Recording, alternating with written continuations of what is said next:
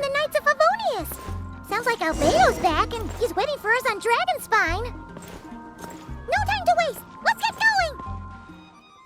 So this is the other Durin, huh? If this had been the dragon that ended up being revived in Mondstadt, there's no telling what kind of calamity that people would have had to endure. So, if you think about it like that, Durin's actually a hero. No, I'm just a little envious, that's all. Not everyone gets a chance to be a hero. Actually, most of the credit belongs to Albedo. Then again, barely anyone even remembers you at this point. So I guess there's not much left to envy. You... Oh! Ah, so you three still remember Durin. Looks like the memory loss hasn't spread to close friends. Yet. I guess that means my memory of you must still be complete as well. Albedo. You're finally here! Oh, boy, do we have a whole pile of questions for you! Oh, you're here too. I think I've pieced together some of what happened to him. But what's your take on things?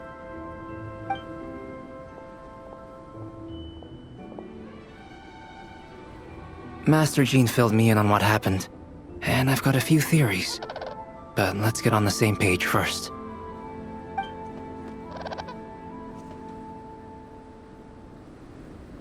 Well, physically, he's doing fine.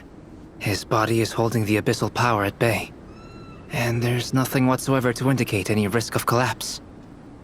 So, from an alchemy point of view, there's nothing wrong with him? The issue isn't so much that the abyssal power within him has gotten out of control. It's that the connection between his will and body is fading. If he ends up losing his conscious will, his body will fall back on its biological instincts. And that's when the abyssal power within it will take over.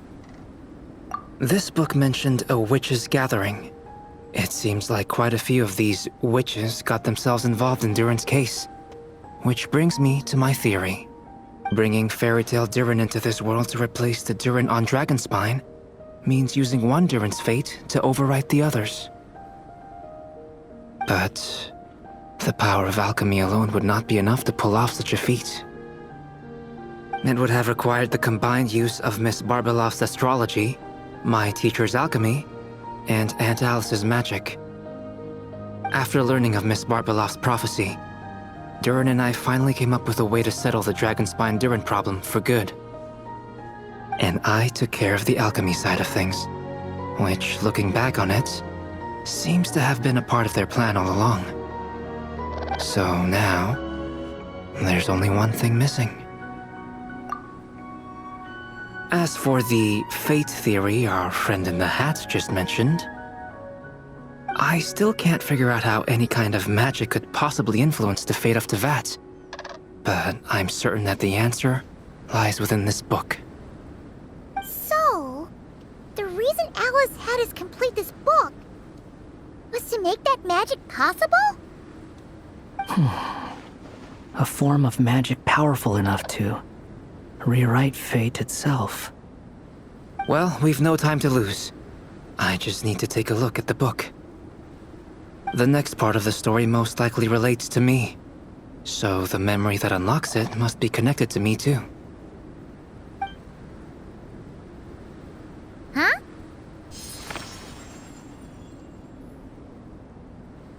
The giant tree was home to a broken branch, the shape of its splintered arm aligning perfectly with the branch that had burst forth from the castle walls. Join yourself to that broken bough, for there you may take root at last, and henceforth bask in the sun and rain of the world beyond the castle. But first, fetch the stickiest clay and let it bind the scar of the break. I see.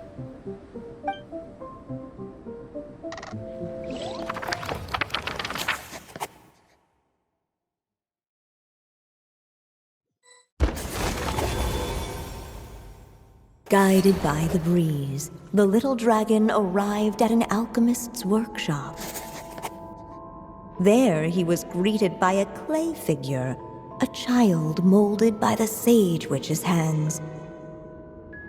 Though gentle in appearance, he had inherited his mother's cold, sharp wisdom. And he was determined to avert the calamity the evil dragon would bring, and so was his helper, none other than the little dragon himself.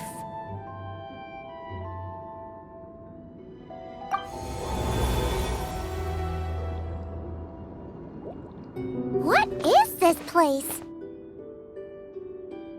It looks like it's modeled after an alchemist's workshop. Or rather, a cliched stereotype of one.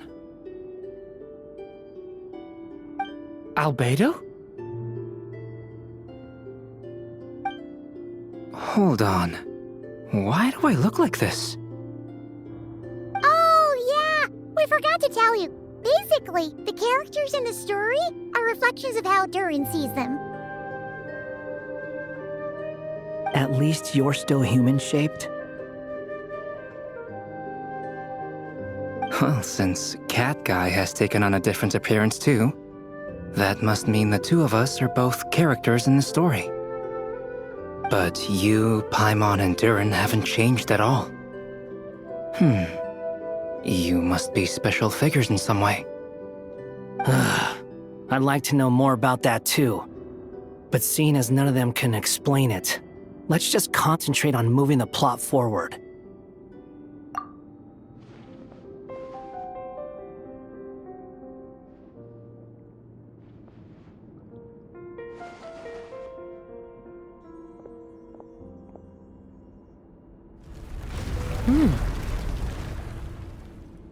And just like that, the group stumbled upon a hidden passageway.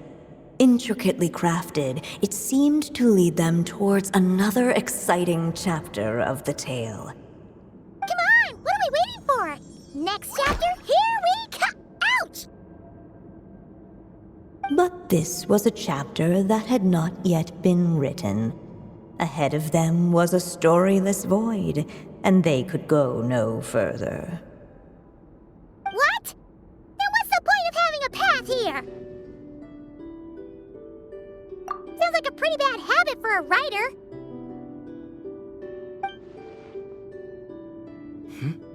Over here. I found something. What the clay figure found was none other than the evil dragon's heart itself. Though the creature had perished long ago, its heart was still there, pulsing away and growing warmer with every beat. And the clay alchemist knew what it meant. That the evil dragon would return one day, just as the prophecy had foretold.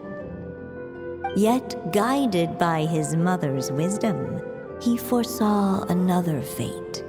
If only the alchemist could bestow this heart upon the little dragon, he might be reborn in the evil dragon's stead. Only then would the evil dragon's heart grow still, and the little one inherit its tale. Sounds like this chapter is about Albedo bringing me to life? If that really was the solution, though, this would have been over the minute I finished the transmutation. So why is Durin still being forgotten? There has to be some other reason. Yeah, I'd like to explore the area a bit more.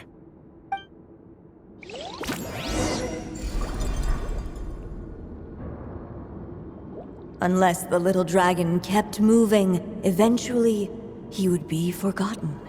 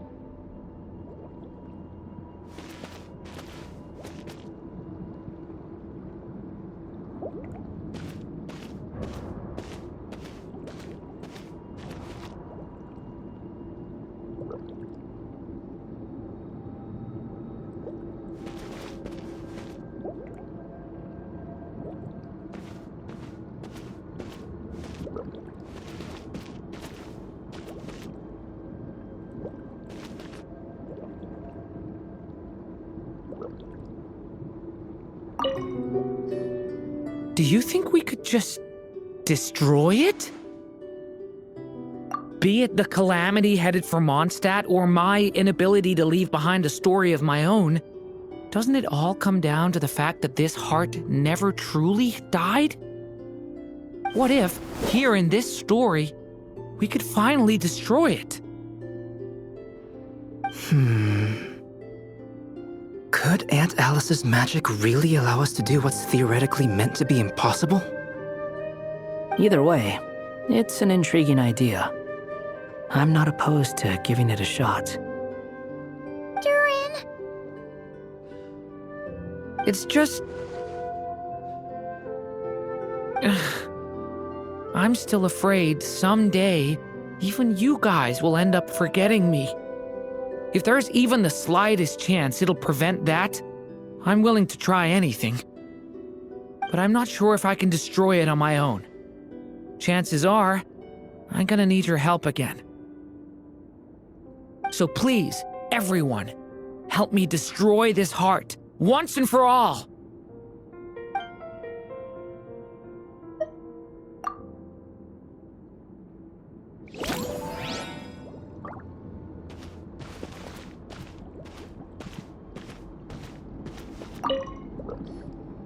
The evil dragon's heart continued to beat, as if waiting for the little dragon to accept it as his own. Looks like we have no choice but to get this done. Whatever happens next, Durin is going to need all of our help. Is everyone ready?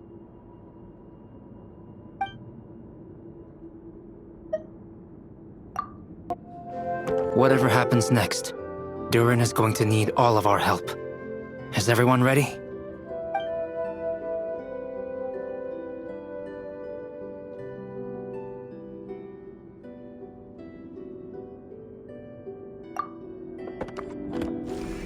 What the clay figure found was none other than the evil dragon's heart itself.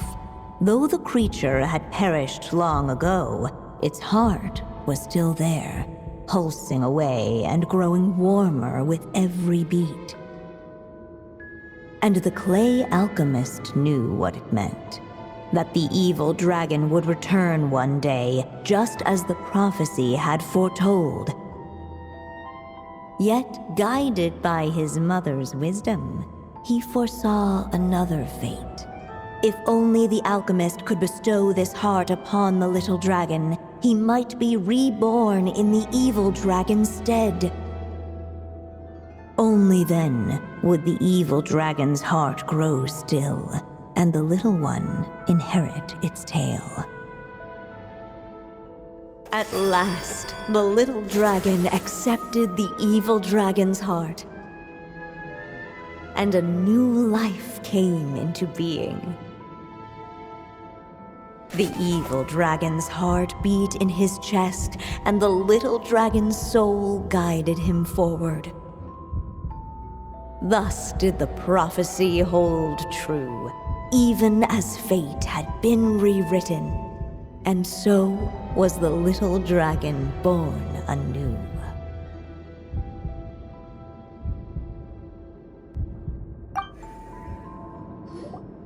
Finally! A happy ending! That must be the last step, right?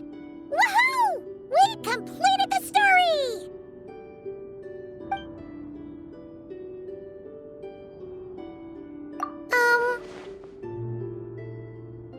Born anew, the little dragon set off once more, his story far from over. Huh? So, that wasn't the end? What comes next might be the most crucial part of all. The real last step. If fate really is as devious as they say, then I say, show us what you've got. Wow! You're all so serious all of a sudden.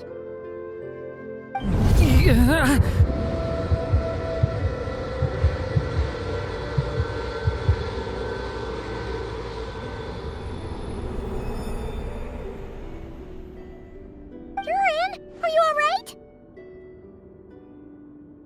The evil dragon's heart was now one with the little dragon, yet the dark power within it still lingered. Would the little dragon dare to hold this power back, or would he simply give in? Hey! What kind of question is that? Of course he's gonna control it! What choice does he have?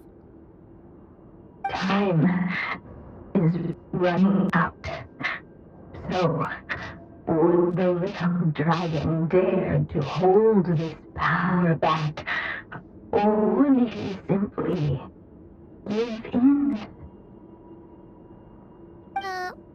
What's up with the narrator?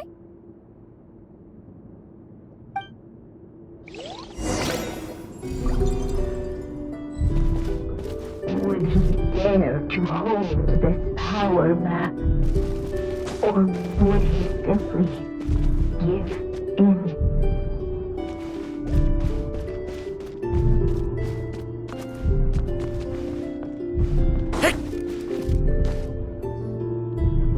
Returning to the castle.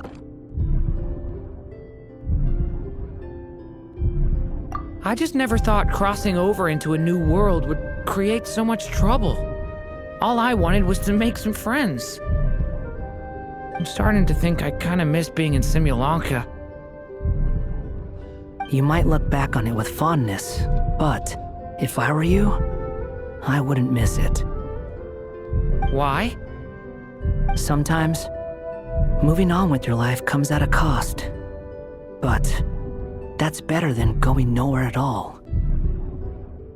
You don't have to worry, Durin. No matter what problem you face, there will always be a solution. Okay.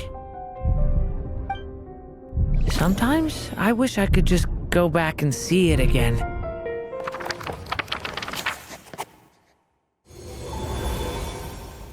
As the little dragon slipped back inside the castle's walls, the clamor of the outside world fell away.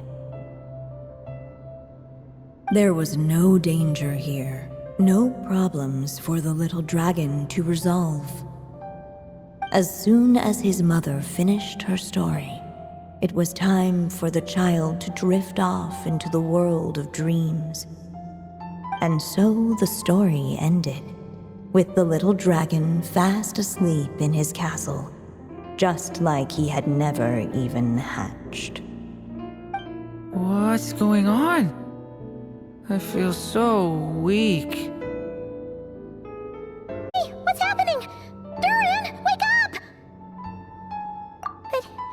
But, this can't be how it ends! Durin promised to bring back everyone's memories! There's no way he'd accept an ending like this!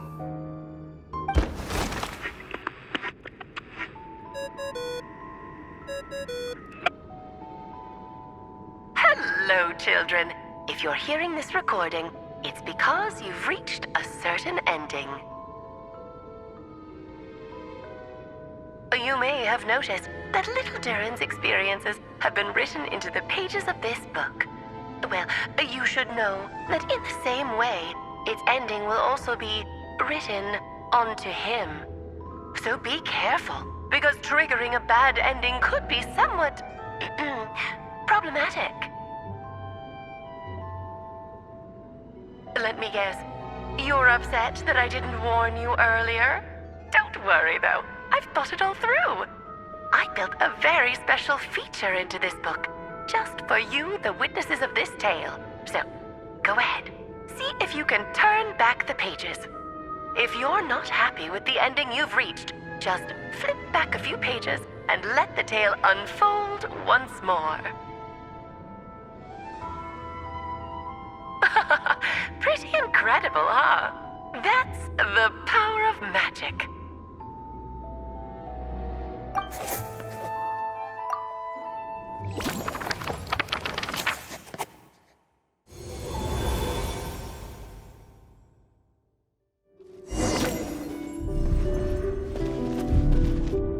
Would he dare to hold this power back, or would he simply give in?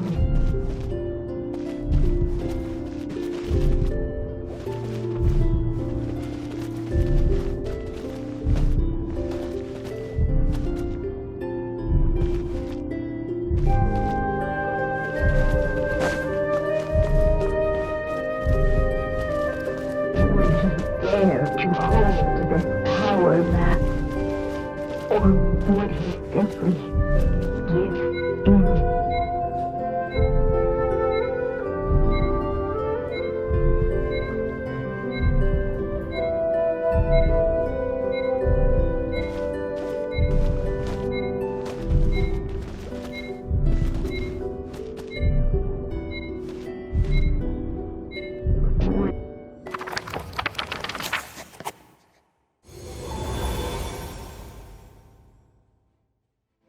The little dragon was at an impasse, and the dark power within him surged like a tide.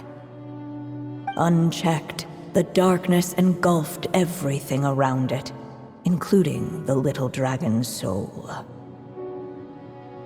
The little dragon's story faded into nothingness, and in the world beyond the castle, only the evil dragon's tale endured.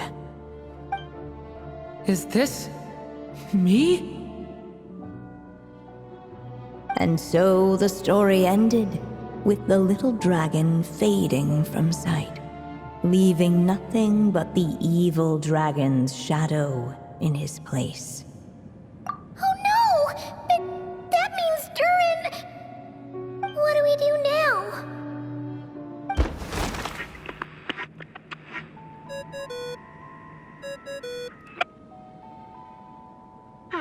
Looks like you've discovered another possible ending. Do not lose hope. You just need to keep searching, for there are possibilities that only you can bring to life.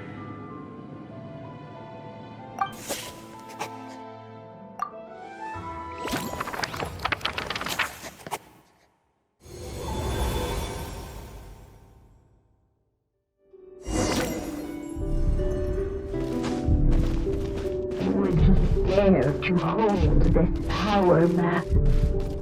Or would he simply... The little dragon and his companions blank. Blank again. Huh? What's going on? Are we running out of ink?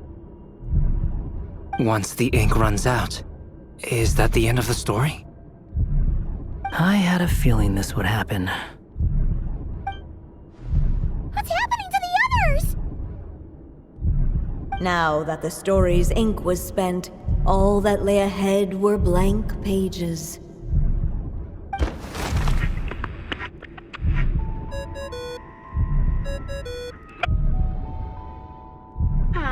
Looks like you've discovered another possible ending.